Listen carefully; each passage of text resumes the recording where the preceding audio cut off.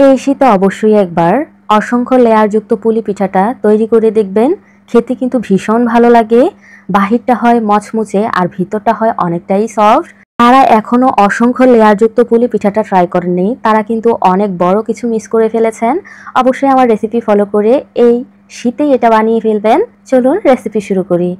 প্রথমেই একটা মিক্সিং বোলে দিয়ে দিচ্ছি 2 কাপ ময়দা। আপনারা চাইলে কিন্তু আটা দিয়েও একই কাজ করে নিতে পারবেন। স্বাদ অনুযায়ী লবণ দিয়ে দিলাম।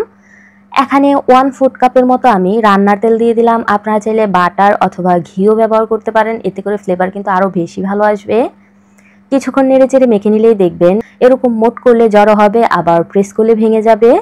তারপর 1 চা চামচ দিয়ে দিতে হবে কালো জিরা, এতে করে খুবই সুন্দর একটা ফ্লেভার অ্যাড হবে।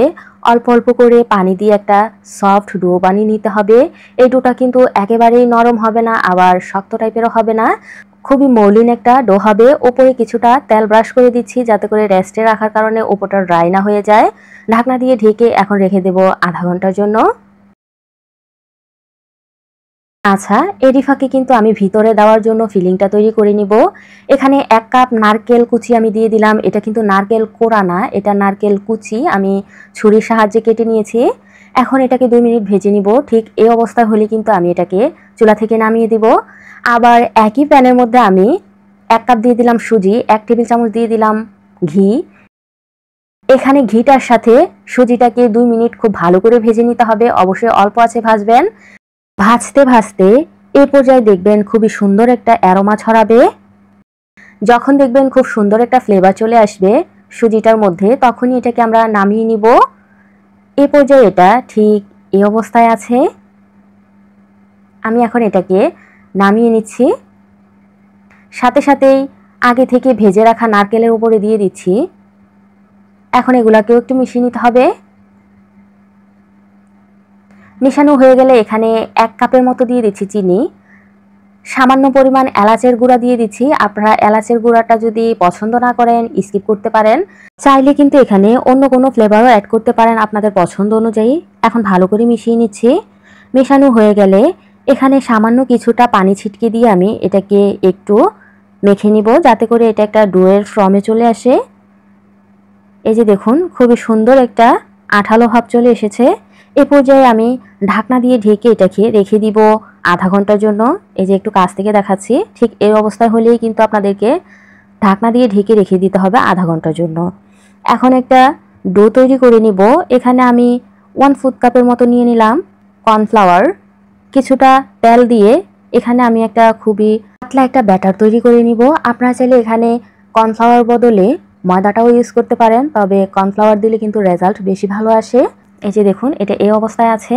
মিশিয়ে একটা সাইডে রেখে দিচ্ছি। এখন আমাদের ডোটাকে আমি আবারও একটু মেখে নিচ্ছি।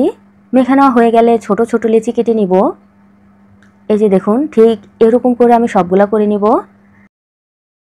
এখন কিছুটা ময়দা দিয়ে আমি এটাকে বেলে নিব। ঠিক আমরা রুটি যেভাবে বেলি ঠিক এভাবেই কিন্তু বেলে নিতে হবে। এই যে দেখুন আমার কিন্তু বেলা হয়ে গেছে। আর এটা কীরকম মোটা রাখতে হবে একটু খেয়াল করেন। এই যে দেখুন এখন আগে থেকে তৈরি করে রাখা সেই লিকুইডটা আমি দিয়ে দিব। খুব ভালো করে মেখে নিতে হবে। উপর দিয়ে কিছুটা কর্নফ্লাওয়ার ছিটিয়ে দিবেন। তারপর আবারও আরেকটা রুটি বসিয়ে দিতে হবে। এখন আবারও উপর দিয়ে আমি সেই লিকুইডটা দিয়ে দিব। তারপর আবারও রুটি দিয়ে দিব। এভাবে পরপর 3 থেকে 4 বার যতটা রুটি আমি বেলেছি সবগুলাই দিয়ে দিব।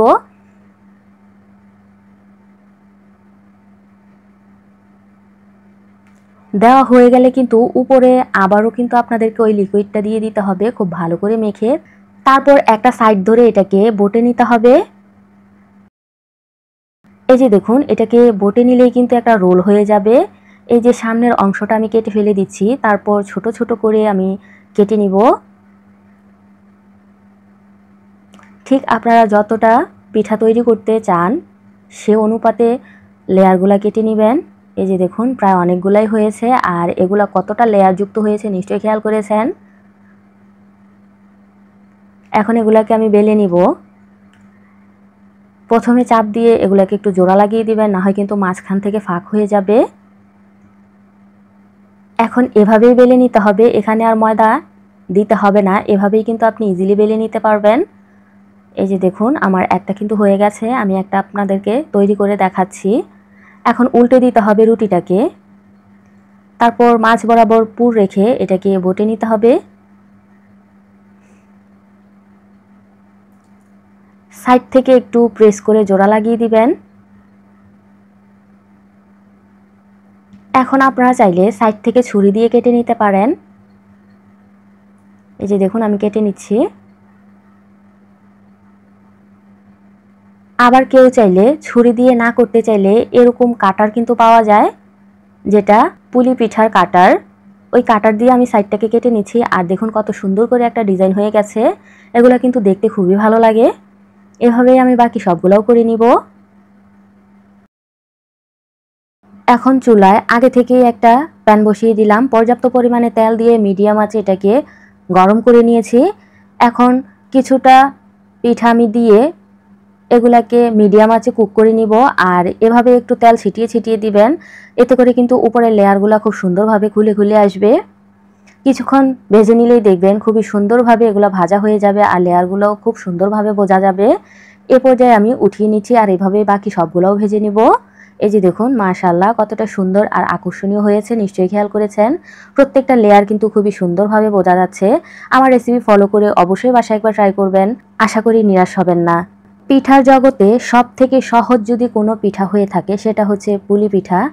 আর এই সহজ পিঠাটাকে আরও একটু আকর্ষণীয় আর লোভনীয় করার জন্য এভাবে লেয়ার পুলি পিঠাটা তৈরি করে দেখতে পারেন। পরিবারের সবাই কিন্তু খুবই আনন্দ আর তৃপ্তি সহকারে খাবে। আমার রেসিপিটা ভালো লাগলে লাইক কমেন্ট শেয়ার করে দিবেন।